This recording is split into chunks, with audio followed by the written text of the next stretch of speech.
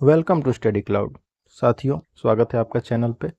जैसा कि हम लोग चैप्टर वाइज रिवीजन कर रहे हैं, तो अभी हमारा ये वीडियो आ रहा है। इसमें हम देखते हैं आज का चैप्टर है हमारा 800 ईस्वी से 1200 ईस्वी तक की राजनैतिक और सामाजिक स्थिति कैसी थी। शुरू करते हैं।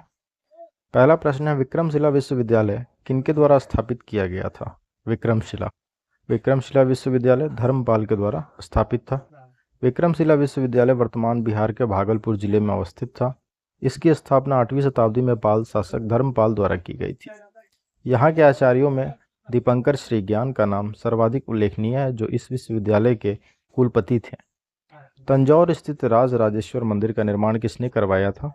ये करवाया गया था राज राव प्रथम के द्वारा। 985 ईस्वी से 1014 ईस्वी तक जिनका शासनकाल रहा, उनके द्वारा तमिलनाडु के तंजौर में स्थित राज राजेश्वर मंदिर का निर्माण चोल शासक राजा राज प्रथम द्वारा 11वीं शताब्दी में कराया गया। यह मंदिर भगवान शिव को समर्पित है। इसे दक्षिण मेरू के नाम से भी जाना जाता है। यह विश्व का अपनी तरह का पहला और एकमात्र मंदिर है जो कि ग्रेनाइट से बना हुआ है।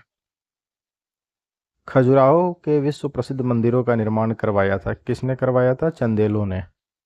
खजुराहो के मंदिरों का निर्माण चंदेल राजाओं द्वारा 950 ईस्वी से 1050 ईस्वी के मध्य कराया गया। ये मंदिर वास्तुकला के नागर शैली के अद्भुत उदाहरण हैं, जिसमें संपूर्ण मंदिर का निर्माण विशाल चबूतरे पर किया गया है।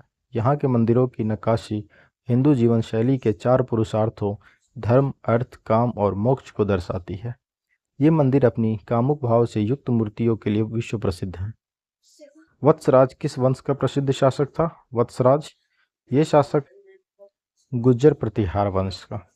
वत्सराज था गुज्जर प्रतिहार वंश का शासक। वत्सराज गुज्जर प्रतिहार वंश का शासक था। इसका शासनकाल 775 से 800 ईस्वी तक का था। गुज्जर प्रतिहार वंश का संस्थापक नागभट्ट प्रथम था। संध्याकार नंदी के प्रसिद्ध ग्रंथ रामचरित की विषय वस्तु का संबंध किससे है? पालवंशी रामपाल से संबंधित है वे। संध्याकार नदी के प्रसिद्ध ग्रंथ रामचरित की विषय वस्तु का संबंध पालवंशी रामपाल से था। संध्याकर नंदी पाल राजाओं द्वारा आश्रय प्राप्त एक विद्वान थे। इन्होंने अपने ग्रंथ रामपाल चरित या रामचरित में राजा रामपाल की उपलब्धियों का वर्णन किया। इस ग्रंथ में पाल शासकों को समुद्र देव की संतान कहा गया है। इस ग्रंथ में बौद्ध साहित्य की उन्नति और तिब्बत से भारत आए विद्वानों का वर्णन भी मिलता है। विक्रमशिला शिक्षा केंद्र का संस्थापक पाल शासक धर्मपाल था। उदंतपुरी शिक्षा केंद्र पाल शासकों के अधीन बिहार राज्य में स्थित था। उदंतपुर शिक्षा केंद्र निम्न में से किस राज्य में अवस्थित था? बिहार राज्य में अवस्थित था। विक्रमशिला शिक्षा केंद्र के संस्थापक का नाम क्या है? धर्मपाल। चोल वंश का संस्थापक कौन था? विजयालय। चोल वंश का संस्थापक विजयालय था, जिसकी राजधानी तंजावुर या तंजौर थी। 9वीं शताब्दी में चोल पल्लवों के सामंत थे। विजयालय ने नरकेसरी की उपाधि धारण की और निशुंभशूर मर्दिनी देवी दुर्गा देवी का मंदिर बनवाया। दक्षिण भारत के मंदिरों के आकर्षण द्वार क्या कहलाते हैं? गोपुरम कहलाते हैं।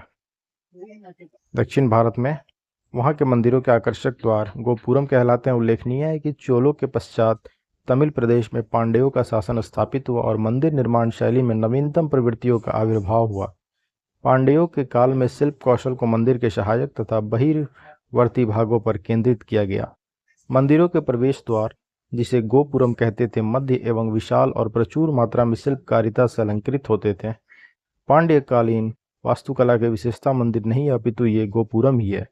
गोपुरम एक प्रकार का आयताकार भवन होता है, जिसका शिखर ऊपर की ओर चौड़ाई में क्रमशः कम होता जाता है। 12वीं सदी में राष्ट्रकूट वंश के 5 शिलालेख किस राज्य में मिले हैं? कर्नाटक राज्य में मिले हैं। 12वीं सदी में राष्ट्रकूट वंश के 5 शिलालेख कर्नाटक में पाए गए।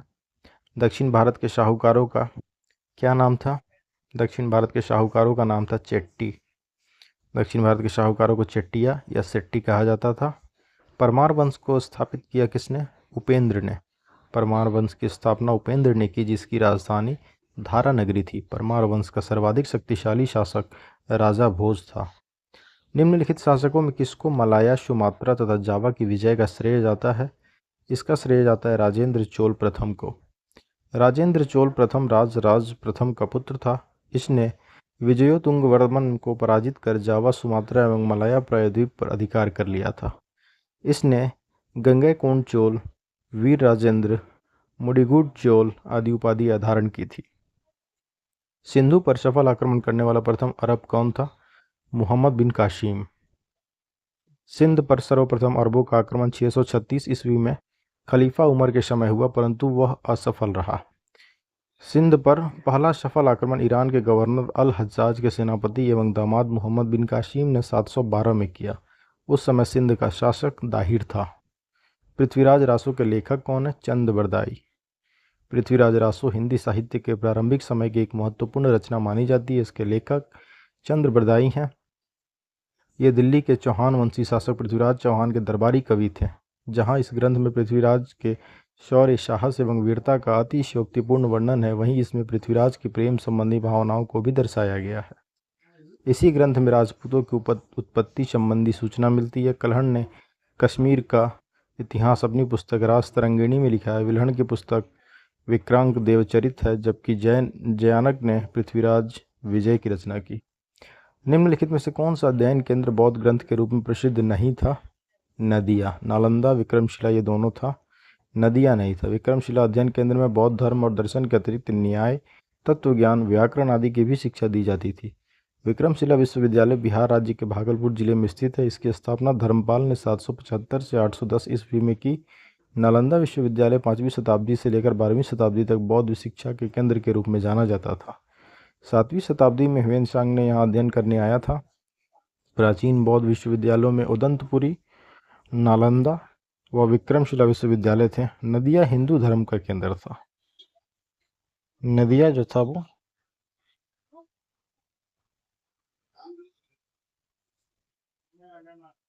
स्वर्ण भूमि का वह राजा कौन था जिसने नालंदा में एक बौद्ध विहार की स्थापना की तथा उसके रखरखाव हेतु अपने दूत द्वारा देवपाल से 5 गांव दान में देने की प्रार्थना की? इसका नाम था बालपुत्र देव। पाल वंशीय शासक देवपाल ने 810 से 850 ईस्वी तक बंगाल में शासन किया। यह पाल वंश का सबसे शक्तिशाली शासक था। इसने मुंगेर को अपनी राजधानी बनाई। इसने प्रतिहार शासक मिहिर भोज को परास्त किया। बिहार के उदंतपुरी में बौद्ध मठ का निर्माण करवाया। इन्हीं के समय जावा के शैलेंद्र वंशीय बालपुत्र देव के अनुरोध पर नालंदा में एक बौद्ध विहार बनाने के लिए 5 गांव की आमदनी दान में दे दी गई। बौद्ध विद्वान वीरदेव को नालंदा बिहार का अध्यक्ष बनाया गया था। कल्हण की पुस्तक का नाम क्या है? राजतरंगिणी। राजतरंगिणी पुस्तक के लेखक कल्हण थे। कल्हण कश्मीर के लोहार वंश के शासक हर्ष के दरबारी कवि थे। राजतरंगिणी में भारत के प्राचीन इतिहास का व्यवस्थित उल्लेख मिलता है। इस पुस्तक को भारत का प्रथम ऐतिहासिक साहित्य कहा जाता है। लोहार वंश के अंतिम शासक जयसिंह के समय में लिखित राजतरंगिणी में कुल 8 तरंग तथा 8000 श्लोक हैं। प्रथम 3 तरंगों में कश्मीर के प्राचीन इतिहास का वर्णन है। चौथे से लेकर 6ठे तक कारकोट एवं उत्पल वंश का वर्णन है। 7वें एवं 8वें तरंग में लोहार वंश का वर्णन है। महमूद गजनवी ने अपना अंतिम सैन्य अभियान भारत पर कब किया? 1027 ईस्वी में। सुबुक्तगीन की विजय से उत्साहित होकर महमूद गजनवी ने 1001 से 1027 तक भारत पर 17 बार आक्रमण किया। महमूद गजनवी का अंतिम आक्रमण 1027 ईस्वी में जाटों पर हुआ। ऐहोल में दुर्गा मंदिर का निर्माण हुआ। चालुक्य काल में हुआ था। चालुक्यों की मूल शाखा का उदय स्थल वातापी यानी आधुनिक बादामी बीजापुर जिले के कर्नाटक में था। बादामी के चालुक्य वंश का संस्थापक पुलकेशिन प्रथम था। ऐहोल से रवि कीर्ति द्वारा रचित जो अभिलेख मिला है उसमें कवि ने कालिदास और भारवी से अपनी तुलना की है। इस मंदिर में चालुक्य काल और द्रविड़ शैली के तत्वों की वास्तुकला दिखाई देती है। ऐहोल के प्राचीन रॉक कट मंदिरों में सबसे खास यहाँ स्थित दुर्गा मंदिर माना जाता है। माता दुर्गा को समर्पित इस मंदिर का निर्माण चालुक्य काल में द्रविड़ शैली में किया गया था। नेक्स्ट वीडियो में हम देखते हैं विविध।